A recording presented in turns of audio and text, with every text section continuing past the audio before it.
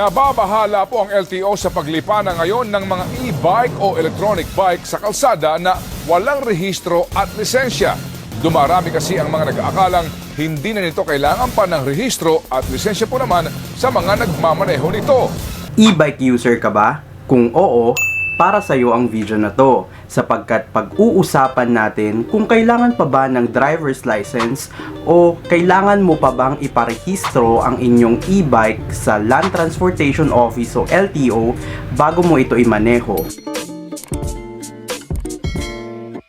Good day mga ka-Wonder! Ako po si Wonder J. Ako po ay isang content creator or isang vlogger at isa sa mga contents natin ay ang pagbahagi ng tamang pagkuha ng driver's license or any content na related po sa LTO. Lilinawin ko lang po na hindi po ako nagtatrabaho sa LTO or hindi po ako related sa any LTO offices.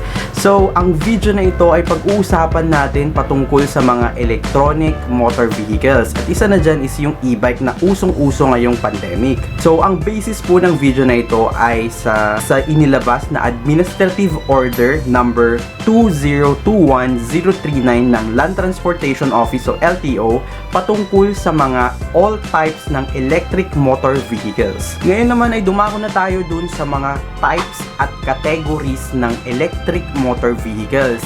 Dito ay mai-explain natin yung mga klase ng mga electric motor vehicles, kung kailangan bang may driver's license ka, kung kailangan ba na rehistrado ang inyong ginagamit na electric motor vehicle, at kung saan nga ba pwede lamang dumaan ang mga electric vehicle na ito. So, unahin na po natin sa may electric mobility scooter. So, kung meron kayong personal mobility scooter, so, hindi na po ito required na iparehistro. Pangalawa, hindi na rin po ito required na may driver's license kayo. Pwede lang itong gamitin or imaneho sa private roads, pedestrian walkways, bicycle lanes, at similar lanes designated by proper authorities. Ang required na helmet para dito ay yung mga ginagamit natin sa ating mga bikes. Susunod ay para naman sa mga electric kick scooters. So, usong-uso po ito ngayon, lalo na ngayong nag-pandemic.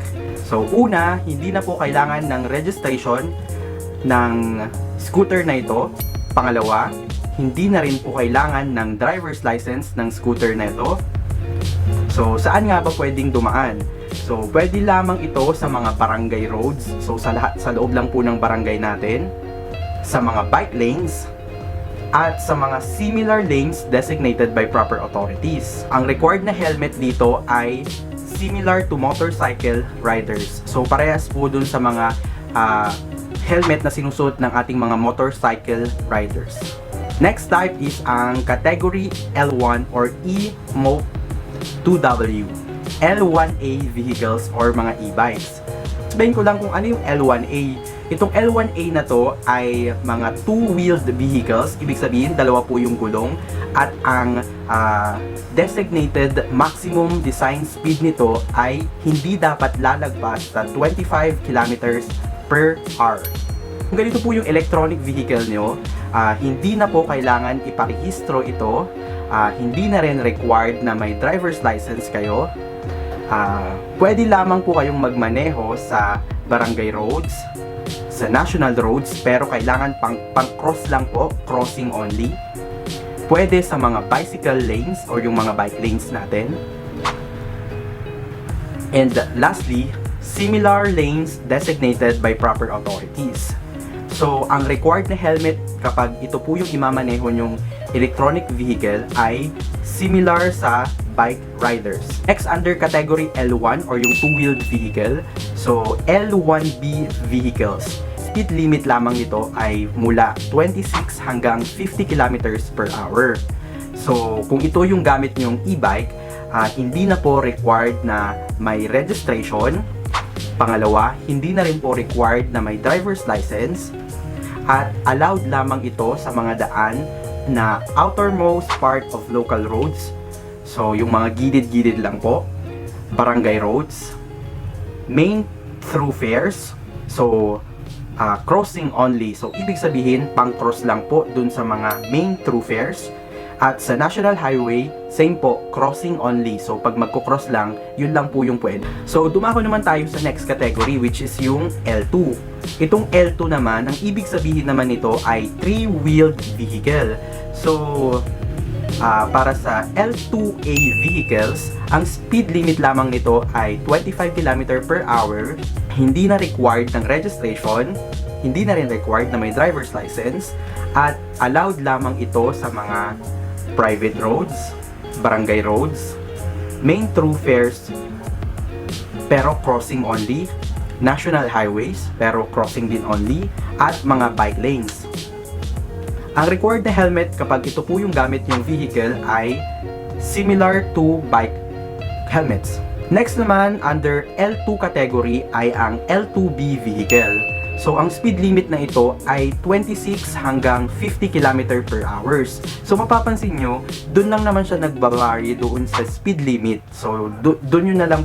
So, kapag bumili po kayo ng e-bike nyo, make sure po na malaman nyo kung ilan po yung maximum or designed speed limit nung binili nyong e-bike. So, kung ito yung gamit nyo na e-bike, kailangan na rehistrado po sa LTO ang inyong e-bike. Pangalawa, required na din na may driver's license po kayong dala. Kailangan valid at hindi po fake. Allowed lamang ito sa mga outermost part of local roads. So, yung mga close to the edge. Next is, allowed din to sa mga barangay roads at sa mga main thoroughfares and national highways, pero pang-cross lang po sa mga crossing only. So, ang required helmet nito ay similar to motorcycle riders. So, ito po yung pinakauna na required na kailangan rehistrado at kailangan ng driver's license na nabanggit ko. Next category is the category L3. So, L3 vehicle. So, e-motorcycle na ang tawag nila dito. So, ang speed limit na nito ay more than 50 km per hour. So, kapag meron kayong electric vehicle na gaya nito, required na po na rehistrado na ito sa LTO, kailangan na rin na meron tayong driver's license na dala, at allowed po ito sa all types of roads except limited access highways where vehicle speeds are normally faster. So, ibig sabihin, public roads natin except yung mga limited access highways. Ibig sabihin, yung mga expressways or yung mga speed limit, yung mga Skyway, NLEX, TPLEX, yan, hindi po pa rin po pwede ito. Dumako naman tayo sa category L4 and L5. Yung mga motorcycle with sidecars natin, so ibig sabihin mga 3-wheel vehicles po ito. So, para sa category na ito, required na po na rehistrado ang inyong sasakyan sa LTO, required din na may driver's license po kayong dala, at allowed lamang po kayo sa mga local roads, tertiary national roads, barangay roads, main thoroughfares, and national highways, pero crossing only. So, next category is L6 and L7. Para naman sa L6 and L7, ito po yung may speed limit na 26 to 50 km per hour. So, for L6, light E-quad, L7, heavy E-quad. Para sa category na to, required na po ang registration. Pangalawa, kailangan may driver's license kayong dala. Allowed lang po ito sa mga local roads, tertiary national roads, private roads, main thoroughfares, at national highways, pero crossing only. So, next naman na category ng ating electronic vehicle ay ang M1.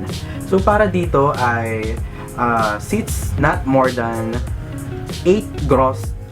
So, seats not more than 8. Gross weight is 3.5 tons. So, nakikita nyo naman sa mga pictures kung ano yung mga klase ng magfo-fall sa category na M1. So, para dito, kailangan na ng registration. Pangalawa, kailangan na may driver's license at existing rules and regulations governing the operation of their conventional counterparts apply. So, next naman is category M2. So, seats more than 8. Gross weight is 3.6 to 5 tons. So, mas malaki na yung nakakarga ng sasakyan na ito. At registration, kailangan po, required na. Pangalawa, ay kailangan na may driver's license. Tapos, yung existing rules and regulations, kailangan nilang sundin. So ito yung medyo nakikita na natin sa mga national highways natin. Yung parang mga kapalit ng mga jeeps natin. Kasi e-jeep na ito or electronic jeepneys. So next type is the category M3. So seats more than 8. Gross weight is more than 5 tons. So mas malaki na ito na e-bus. Ang tawag dito is e-bus na. So required na may registration, required na may driver's license, at may existing rules and regulations na rin na fina-follow. So, yun na po yung mga categories at mga klase ng electric motor vehicle na meron po tayo dito sa Pilipinas. Tumako naman tayo sa mga penalties na babayaran natin kapag nahuli tayo na hindi sumunod sa mga rules and regulations. Una, not wearing helmet. So, sa driver, rider, tsaka back rider, 1,500 ang babayaran. Operating in restricted roads or obstruction, 1,000 pesos ang babayaran. Failure to carry ORCR, 1,000 pesos ang babayaran. Unregistered or expired vehicle registration, so 10,000 pesos ang babayaran. And other applicable penalties, so under DOTC JOAO 201401.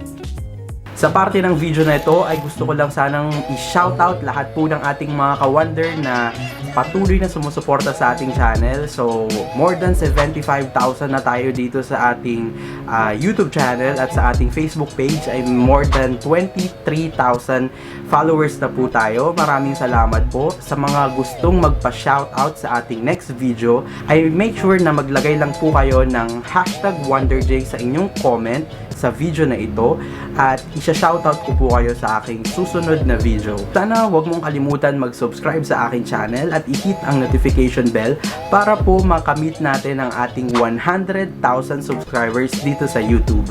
Maraming salamat ka-Wonder, at ako po ulit si Wonder J nagsasabing ingat mga ka-Wonder, and see you on my next vlog. Paalam!